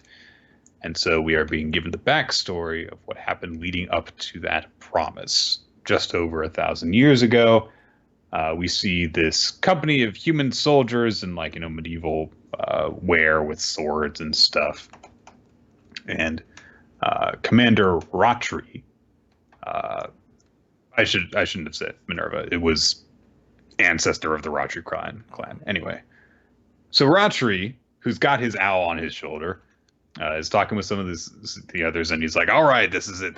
Once we get through them, if we can defeat them, this base will be ours. We'll be one step closer to peace. So let's go win and go home." A bunch of fighting happens, slashing and stabbing, and it's a big 2-page spread of just people fighting demons. When the dust settles, basically, we see Ratri among the corpses of a bunch of his men, and he's kneeling over them, and then he gets back to base and speaks with some of his men who talk about how many people died, wondering how long the war is going to go on. One of them, the Ray-looking guy, says, "We did take down the enemy base, so this is a victory." And the Emma-looking guy says, "Is there a chance that we could negotiate peace?" And people are like, I don't know. Gilda guy says, "We should fight to the bitter end," just like Gilda would do. Just like Gilda says. That's like her quote. So yeah, they're definitely supposed to be like at least spiritual successors to them, Can you imagine like the meeting of the Fellowship with, the Promised Neverland kids? They're like, "You have my sword and my bow," and little Gilda's, "And my axe." Just drops on the table. Boom! And my axe! Sorry, is that too loud? It's so hard to not. I need all your weapons. I got my baby memories. I'll just take this. You Give me the ring. Give me the ring now. I want it. You have my baby memories. But yeah, it would be perfect. He's like, "I should carry the ring." They're like, "Well, we must give it to the most innocent among us, the one among us who would not be brought to temptation." "That's me." They're like, "Ray, you petty." He's already got like a thought bubble above his head. They're like, "Ray, you petty boarded to this meeting. I think that you're a little self-obsessed, and that could be a weakness that the Sauron could exploit." Just like imagining himself on like the throne from the end of Gravity Falls with like the petrified human corpses in screaming poses. It's the eye of Sauron, but instead of a big eye, it's just his face, and he's like, "Hey, you over there, 17 miles away." As the spotlight's like, "Hey, orcs, go kill those guys." "Hey, I have baby memories." And then he like turns around to the other side of the planet. "Hey, you over there? Do you have baby memories? Good. Keep it that way." Rotating around the planet, sassy people. Eventually, all the orcs will just want to just go see if the humans and elves just like want to play like rummy or something. This guy's really annoying. the entire horde of orcs just marches away. He doesn't seem very interested in fighting or conquering or wars or anything like that. He's just really interested in expressing his superiority to others, to everyone he sees. And that's how I saved Middle Earth. Anyway. They're like, "Ray, that story took 44 hours. Also, you very intricately explained to us how you're going to betray us to use the ring." "Yeah, I know. Give me the ring, though." Also, what was the point of Tom Bombadil? They're like, "Look, if we'd had more time for another movie, we could have used him." Oh, boy. So, anyway. Ratri says, "Well, maybe if we were to actually offer the demons a number of humans, then they would consider negotiating with us if they felt that they would not be completely deprived of their food." And so he's like, "So we'll make an offer, and as we would, just as we would give a seedling to a garden so we can gain a fruit tree. We would just like give up like criminals, slaves, or those who revere the monsters or betray us and take their side. And people are like, I don't know, this doesn't sound like you. It's, also very big morality questions here. And Rachi's like, yeah, you're right. Just forget it. This is a terrible idea. And so the others are sympathetic to him, saying, like, look, you just care about what your soldiers are going through. The Emma-looking guy says, well, once we make such an offer, they may keep asking for more and more. So I guess that this is a bad idea, and then they have Emma guy gives a big heroic speech saying, we met by coincidence on this field, and now we have transcended country and race to fight together. All of us white people.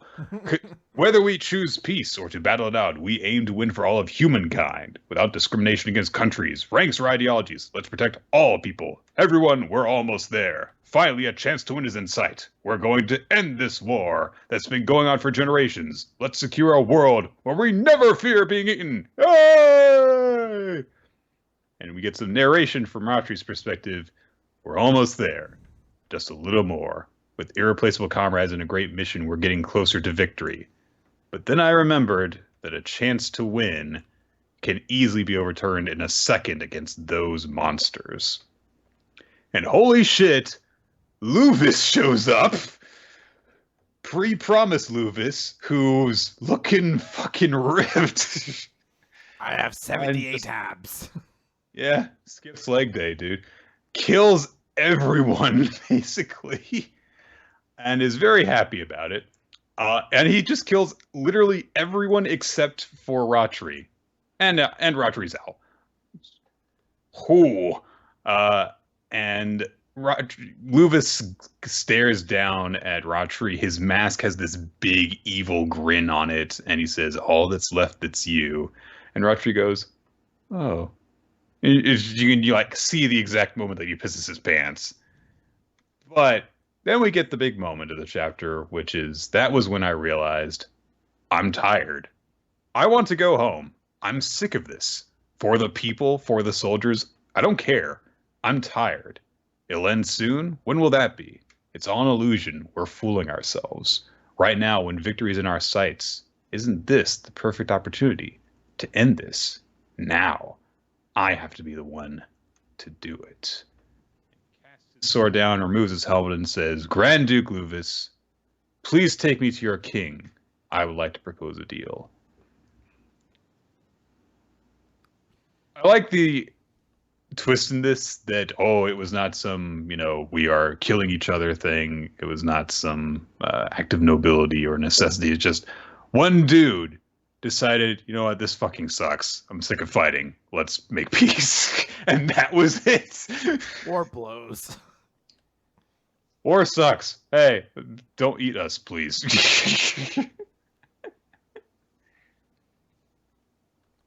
Yeah, no, I do like it. We're gonna see, I guess, how this goes, because Promised Neverland has been sort of hit or miss when it comes to like doing backstories and making me care about new characters. And there's a part of me that's a little annoyed that maybe it's not specifically a trio being represented here, but it is 100% a character who's supposed to be like, well, this is past Emma, like, who looks very similar to her and has almost all the exact same opinions. It's like, I could have gathered that other people, like, he could have had that character there and not had to be like, well, he also looks exactly like Emma as well. So unless maybe that character shows up again, there's more to do with him. But it feels weird to include them otherwise. Yeah. So I guess we'll see what the hell direction this goes in. The idea of like the criminals and slaves being given over to the demons is an interesting one, and I wonder how much that's going to stick, if this is going to like be where the roots of current humanity lie in, that they are the descendants of basically society's rejects, and so humanity's got a little bit of something to answer for when they get over to the other world. But we'll see. I mean, I already have to answer for the fact they still own slaves at this point, too, so I guess they've got that to worry about. Black Clover.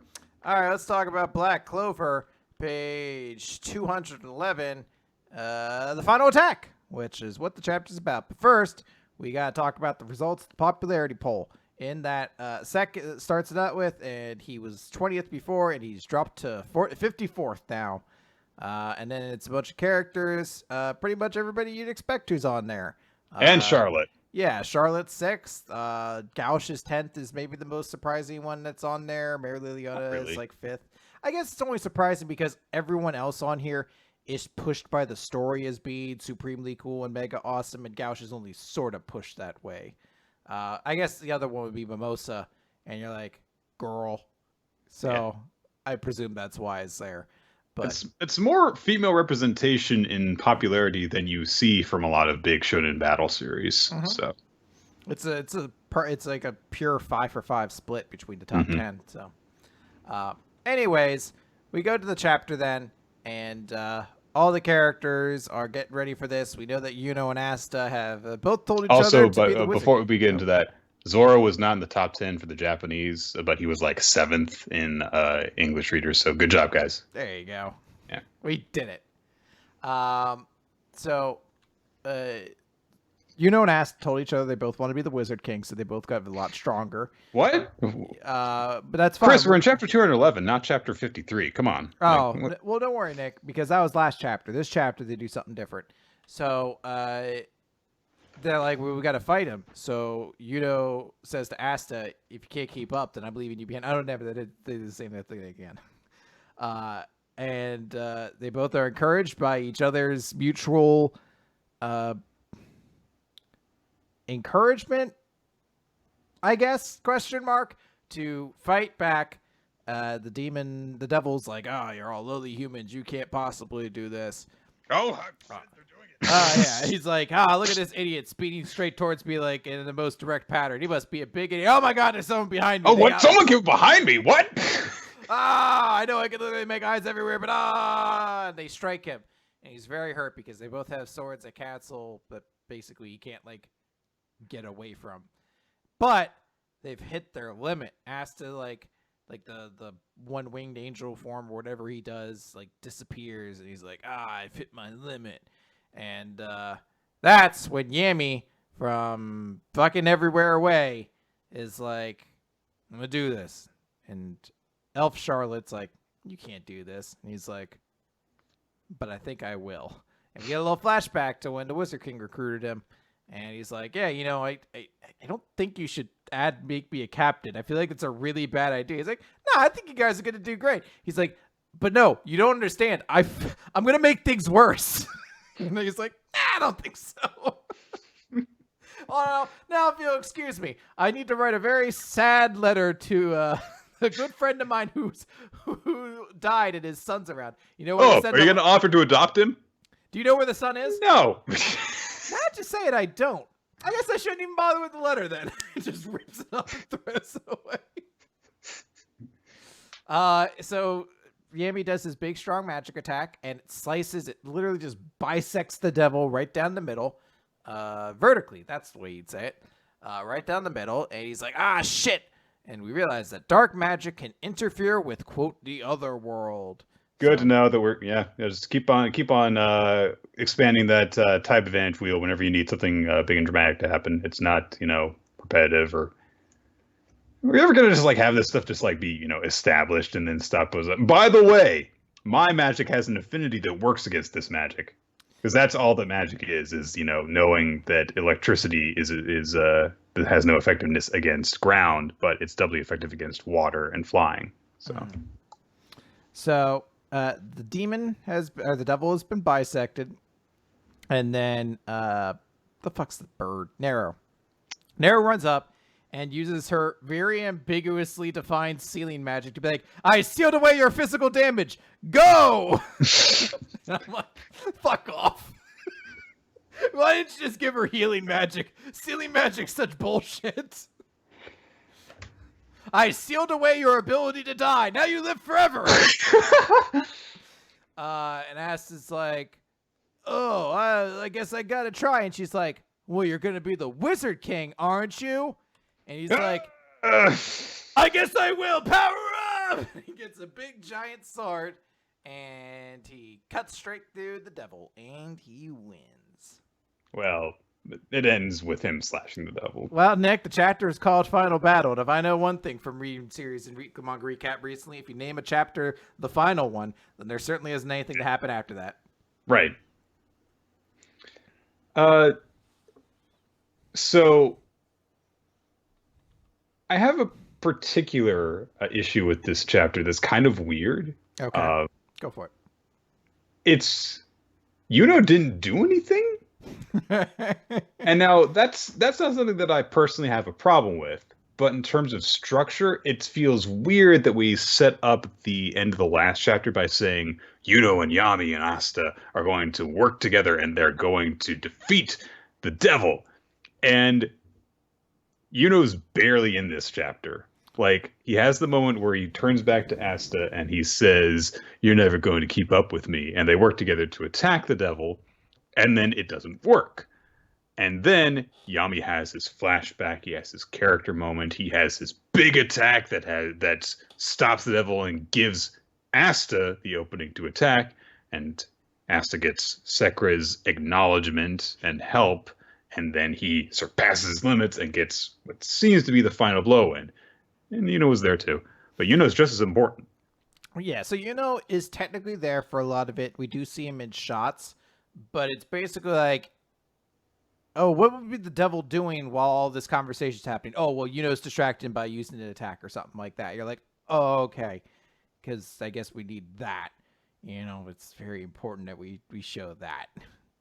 I mean, it's the same problem we've had with this series for, 200 chapters now, where it's like, Yuno and Asta both wanting to be the Wizard King isn't a full relationship. There needs to be something.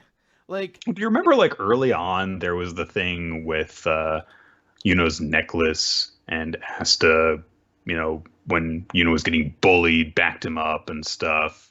There is more to their relationship than just they both want to be Wizard King.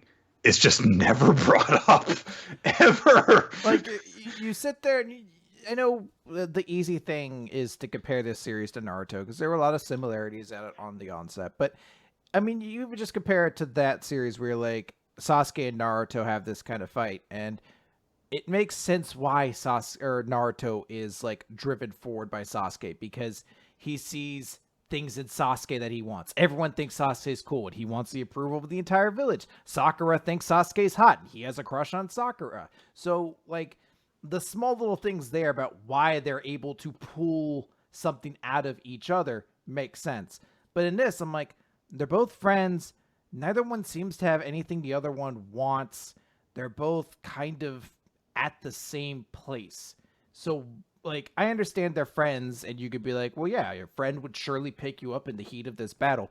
But why it's constantly the big thing that always starts them, like, this is the precipice, or the precursor to every power-up Asta gets recently, is like, oh, how am I going to defeat this guy? And then Yuno shows up, and it's just like, well, I'm going to be the Wizard King. I'm going to be the Wizard King. And it's, bigger swords! You're like, there needs to be something, man. There needs to be something in this relationship that actually drives that feeling forwards, Yeah. But hey, he did it, guys. Yes. Yeah. Okay. Let's the next chapter on Friday? Apparently we're getting the chapters early this week, yes. Sweet. Yeah. One Piece. Chapter 948, introducing Kawamatsu the Kappa. Yep. So, Luffy has a chance to take over the jail now that Queen and a lot of his guards are not there. And so he basically resumes his hockey training with Hyogoro watching over him. And all the guards are, surrounding him with swords and stuff. And Luffy's like, look at how many sparring partners I have. I'm bound to figure this out now. Okiku and Chopper are watching things from the background, trying to figure out what to do. Chopper's like, why isn't Luffy running away when he could escape right now? The chief warden, they're like, hey, the other guys are like, shouldn't we get the prisoners back into their cells quickly? And he's like, that won't be necessary. And he shouts out to the prisoners, your friend Luffy Taro is leading a violent rampage. You must subdue him. And Luffy's like, what are you talking about? And they do. They pile on top of him and grab his arms and legs. And they start whispering to him when he's like, what are you doing? And he says, hey, yeah, we hate Kaido's followers. And yeah, it was great to see you fighting back, but this is it. You know, Kaido and Orochi rule all of Wano. Escaping won't make a difference. 20 years ago, we fought to avenge the death of Kozuki Oden, daimyo of Kuri, but Kaido the pirate crushed us. We lost our families and comrades. We were beaten into submission. And when we saw Lord Yasuie's execution, all of the old terror and despair flooded back. Leaving this place will not give us our homes back or food to fill our bellies. There is no freedom to be found anywhere in this country anymore. You're an outsider from across the sea. You can run and fight all you like, but that's your choice to make. Don't drag us into your decision. Cool. Yeah, makes sense. So this is a challenge that has to be overcome in this chapter. Is now, instead of just fighting the battle, they've got to win the will of the people. We also see that there are some prisoners who are getting shot with poison, with plague bullets by some of the other guards, including this dude with a scorpion tail on his head. And he's being a real douchebag about it, spreading plague between people with bullets. That's how that works, right? Virus bullets. Yeah. And of course he mocks Luffy, saying that their will to resist has been broken for a long time. So Luffy's like, oh, if only I could say everything, they'd change their minds. But at that moment, there is an odd laugh that breaks out. It's an Oda laugh of ka-pa-pa-pa-pa-pa. And the voice says, you tell them that they've got one last chance. And emerging from the broken cell, well, not quite emerging yet, people are like, oh, right, that cell got broken. I thought, I kind of just, what should we do? And the warden says, go kill him. We can say he died in an accident. He says, the man inside of there is one of the Akazaya 9. And so Kawamatsu his cell's been broken open, but he's still in the sea stone cuffs. So he's still kind of helpless. So a few guards go inside to kill him. And then, of course, Raizo the Ninja shows up. And he spits some poison darts at a few guards. Or rather, he doesn't spit anything. Kawamatsu defends himself by spitting some of the poison fish bones at people. Because he could do that. I do like that. Yeah. Raizo delivers him the key to his cuffs and his katana, Sotomuso, which has no handguard. Kawamatsu says, hey, do you like sumo wrestling? Fuck, if this was Rurouni Kenshin, there'd be 7 chapters spent on why the fact his sword has no handguard on it. Like, until you mention it, it's like, fuck, I forgot how long that series would spend on fucking handguards and bullshit, but still be like, I swing my sword hard enough to create a vacuum that sucks you in. Yep. Like, I don't think you need to be so specific on this if you were just going to be bullshit afterwards. Immediately, Kawamatsu sends the guards sent to kill him flying, and Raizo, observing this, says, if your feet come off the ground, you'll lose. It seems that Kawamatsu has not lost a step after all this time.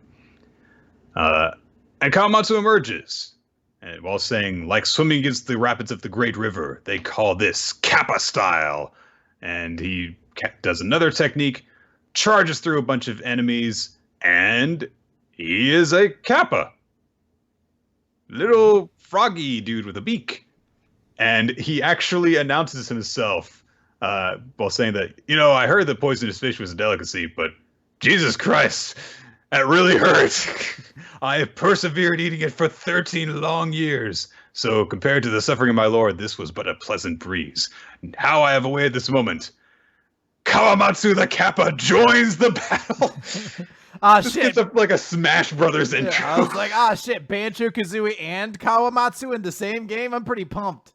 I remember being a kid and being like, wouldn't it be cool if Banjo-Kazooie, Cloud Strife from Final Fantasy, and Kawamatsu could fight each other in the same game? That'd be so dope.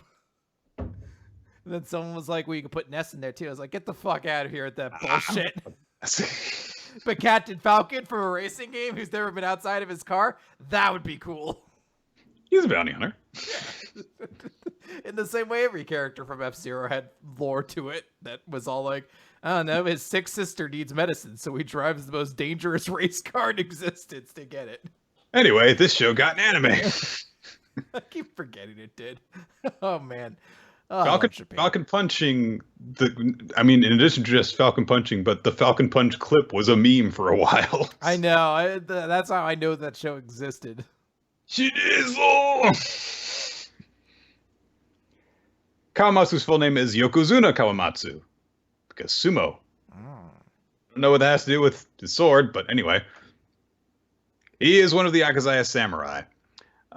And immediately Okiku and Raizo come rushing in to embrace him. He throws up, which freaks out more of the guards. I didn't even see this the first time. The warden shouts out to everyone to prepare their playgrounds. Meanwhile, the elephant in his chest is eating a banana. Yeah, it's just chowing down. Everyone gathers around Luffy. Not just Hyogoro, but also Raizo and Kawamatsu and Okiku, and Chopper is there too. And Hyogoro takes charge of the situation, saying that Kiku and Raizo should show everyone who they are. So Raizo removes his little bandit mask, and Okiku puts on her Oni mask. It has big horns on it, and this allows people to recognize them as more members of the Yakuzaya Samurai. And Hyogoro says the first step is to gain their trust is to show them we are not mere ghosts and memories. And everyone recognizes that mask. I thought he died at Odin Castle. Isn't that the mask of the most handsome swordsman of Wano, Kikunojo of the Fallen Snow? And Chopper's like, you're a man? And Kiku says, this one is a woman at heart. And Luffy says, that mask is scary. We have a much less offensive trans character in One Piece now. So there you go. Anyway, everyone is recognizing all the people who have appeared now, including Fukurokuju's. I did get that right the first time. Rival Ninja, Raizo of the Mist, the samurai and most powerful of sumo wrestlers, Yokozuna Kawamatsu, and the old man with them is really who we thought, Hyogoro of the Flower. Then who is Luffy Taro?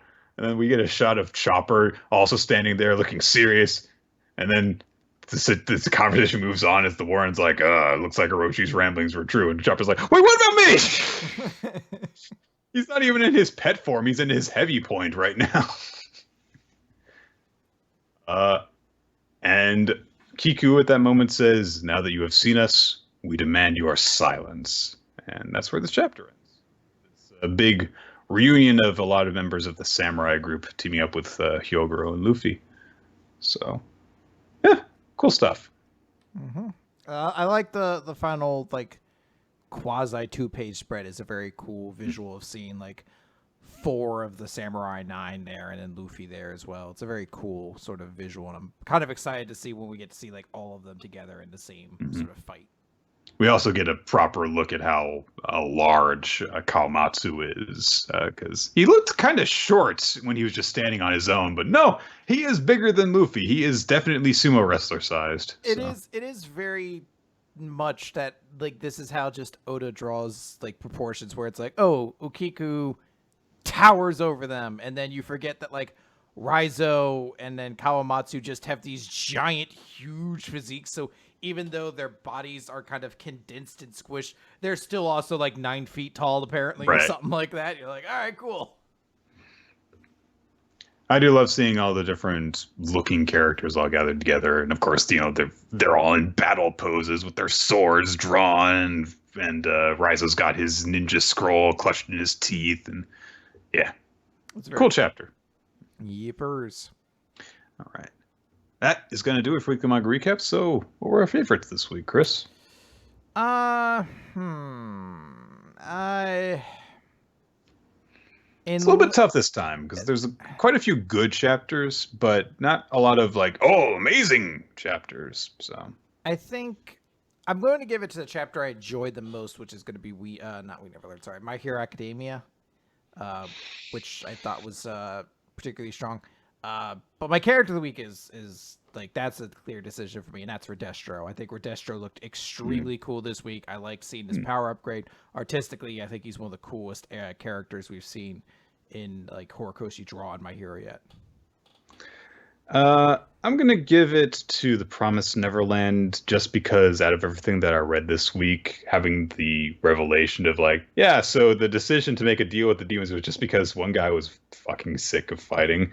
And that's it. It was not like they had a grand council meeting that they decided to do. It was like, no, one soldier in the army, when he was the last one left on the battlefield and there was nobody there to say this is a bad idea, it was just like, hey, can I meet with your king and make a deal so that we don't have to fight anymore? And who's your MVP?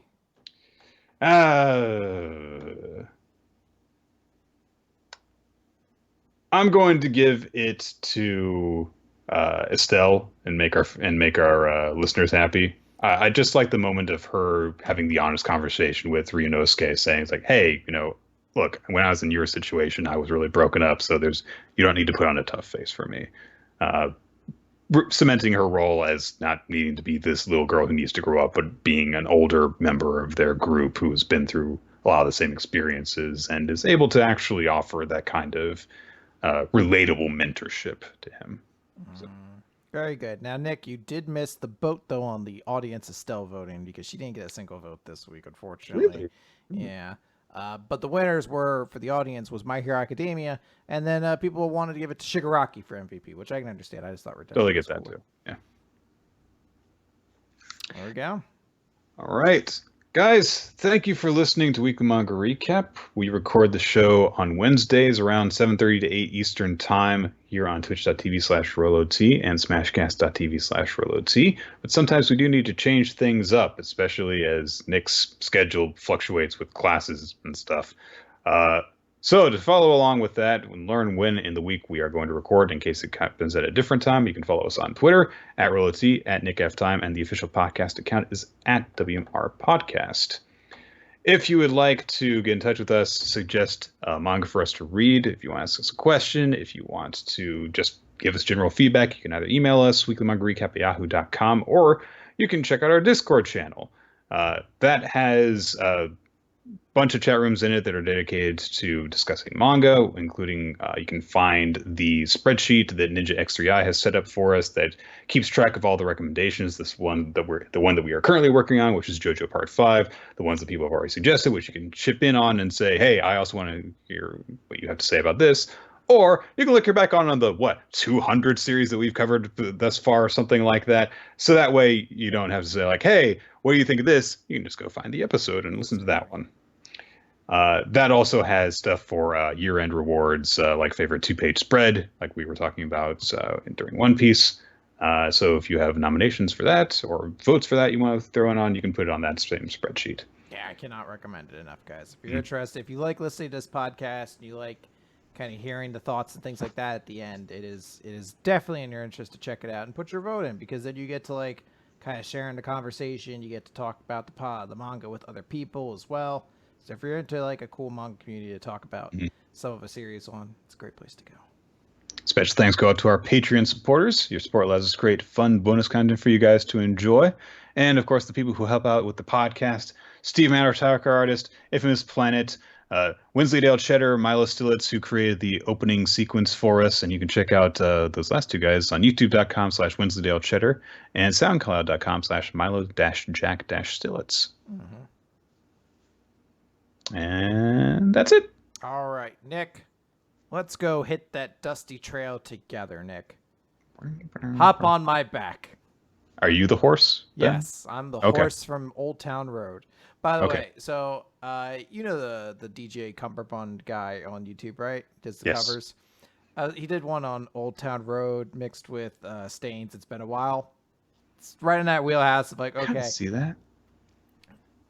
you're like, oh, okay, you know, it's a little bit different from till like 2/3 the way in, and then I was like, you know, if you didn't like know it, I wouldn't think it's a DJ Cumberbund. And then Macho Man goes, oh yeah, and then Nirvana pops in, and I was like, yeah, okay, now I can tell. It's always like the trademark DJ Cumberbund side to be like halfway through the music video. It's like, why is Macho Man in this? Because I always show, like, sometimes I find a good one. I'm like, I want to show you this. And they're like, why are there videos of Hulk Hogan and Macho Man hanging out? And I'm like, I don't know. I don't know, but it's this thing. All right, that's going to do it, everyone. Goodbye.